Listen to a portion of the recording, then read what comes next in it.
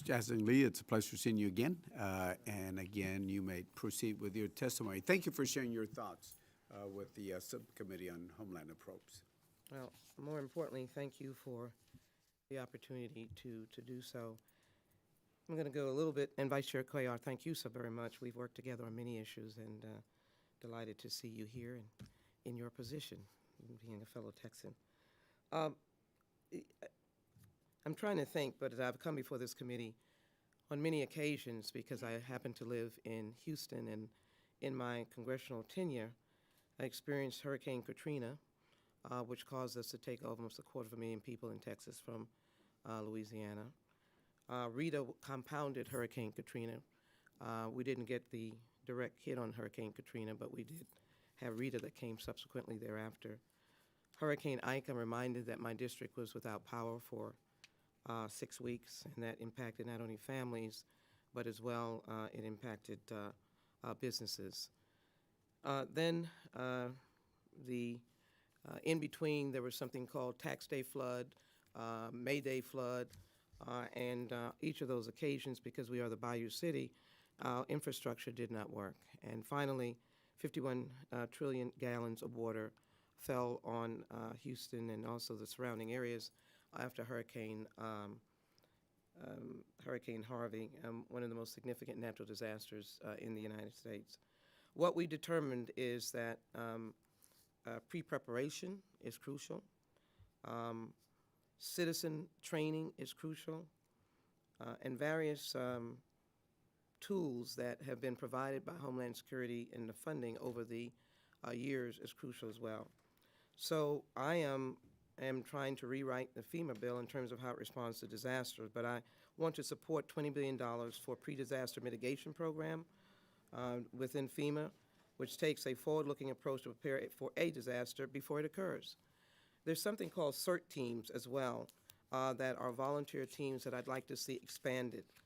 Mitigation under the pre-disaster mitigation program enables communities to recover more quickly when a disaster strikes and ultimately saves money associated with costly disaster recovery. In fact, it is estimated that each $1 spent on mitigation saves roughly $3 to $4 on disaster spending. I want to support $8.5 billion for TSA to fully address additional requirements and screening processes and procedures. I'd like the Appropriations Committee to be supportive of regularizing the TSA work personnel to help and assist in retention. They are not on the same civil service grading as the other DEA, ATF, and other police services. It causes us to lose people at management level. They may not leave the federal government, but they leave TSA. I am a enthusiastic user of the Transportation Security Administration services, as all of us do as we travel through airports, but it's really not highlighted how they save lives. If you were to look at their inventory, the guns and knives that they have, the various ridiculous items that people may be trying to get on board. So I support it, but I want to support dollars going into professionalism, and I want to support dollars going into restructuring their personnel system to allow them to be part of the civil service system, and that will take some additional funding. I support $60 million for university programs and Homeland Security Centers of Excellence. I initiated the first transportation security, forgive my voice, Security Center of Excellence at Texas Southern University, among other campuses, to train about issues of transportation security. They are particularly vital in historically black colleges because they begin to open up career opportunities, but also train in neighborhoods how they work and relate to Homeland Security needs. I support robust funding for FEMA's hazard mitigation. Those grants reduce disaster losses, protect life and property from future disasters. Mitigation include community risk reduction, improve resilience of critical infrastructure, risk reduction for vulnerabilities from natural hazards, and climate change. I support $435 million for the staffing for adequate fire and emergency response. That's a SAFER grant program. Some communities just had a major fire in my district where about 30 families were displaced. Particularly in poor communities, fires impact them more drastically. I support $765 million for urban USS grants, and I don't mind them being fairly distributed, but those of us who are large communities really depend on those yeses grants. I support $125 million for transit security grant programs. I won't go into it. I support $60 million for urban area security initiative, nonprofit security grant programs.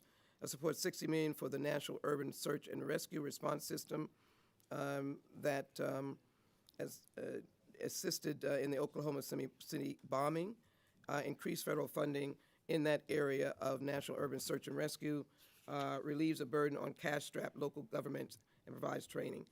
Finally, I support $25 million for immigrant integration citizenship programs within the U.S. Citizenship and Immigration Services. Let me also acknowledge the chairperson of this committee, but let me just finish and close on this issue. I had two press conferences, one immediately after the briefing that we had. This is a bipartisan issue. This is a nonpartisan issue. I distinctly remember the presentation made by our health professionals, our CDC, our NIH, our Secretary of Homeland Security, and HHS, who told us specifically that we had nothing to worry about the coronavirus, that it was not going to get here to the United States. In that meeting, I asked, nonpartisan, bipartisan, asked as a member trying to just get information, is there a team? Is there a task force? And of course, what was said is, well, you know, we're sitting here, we're a task force. I know what task force are. Those are the people who are in the weeds with the door closed, calling this scientist and this doctor and that doctor. They're not the broad base of leadership. They had no answer. As I left Houston, I did a press conference and pulled materials off of CDC, just the simple materials that said, this is what you do if you have flu-like symptoms, to put them in your restaurants. No one has any information, and yes, we are now in the midst of a potential pandemic. Homeland Security, HHS, and a number of other agencies, you are appropriators, you're being asked for the $2.5 billion. There's no task force. The American people are frightened. They are frightened. Restaurant people came up to me and said, what do we do? No one is telling us anything. We need a basic announcement or information pool now. We have printed materials. Okay, $2.5 billion is getting ready for treatment. And I also ask that every airport, small or large, have some way. They're not going to have, everyone is not going to have the contamination facilities or the facilities to be able to detain people appropriately. But every community should have at least a response if something happens in the mode of transportation, buses, trains, airplanes. I think we're it, and I think we need to work in a bipartisan manner. I'm concerned. No hospital personnel in the county hospitals. You ask your county leadership if they'll tell you the truth. Does Nurse Jones know what to do? And I'll close as I watch you looking at my time. We experienced Ebola in Texas, and it was in the Dallas hospital. It was a Nigerian native individual, Nigerian American. Only it was too late when they determined that it was Ebola because they treated him without any protection. But they determined that it was Ebola. And that's when the aftermath of that's when the containment came, the isolation came. But the health professionals had left town. Somebody went to go get married, somebody else went on vacation. They had already left. So I just want to, you're a very important committee, and this is a very important appropriators. Homeland Security, Mr. Cuellar, to me, connotes protecting the homeland. We are in some serious concerns right now, and I think we need to come together in a bipartisan manner. I think the Congress needs to speak, and we need to be directed in our message to what should be done. Thank you, Ms. Jackson. Yeah, and we thank you for the work that you do in Homeland. You've been one of the chairwomen for many years, and we appreciate your work. Members, any questions? Mr. Chairman, I'd just like to make a comment. I would like to thank Ms. Lee for her thoughtful presentation, and I agree, this is a crisis. I had the privilege yesterday of actually being in Nebraska on some other congressional business, but I was briefed on the status, and they are taking some patients there and quarantining them there.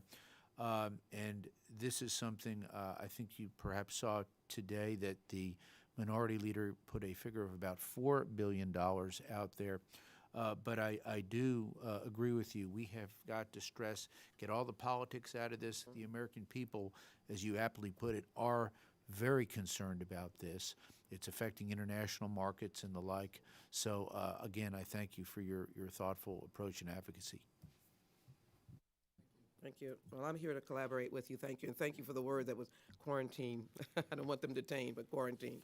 Thank you so very much. Thank you. Thank you. Chairman Gradowski?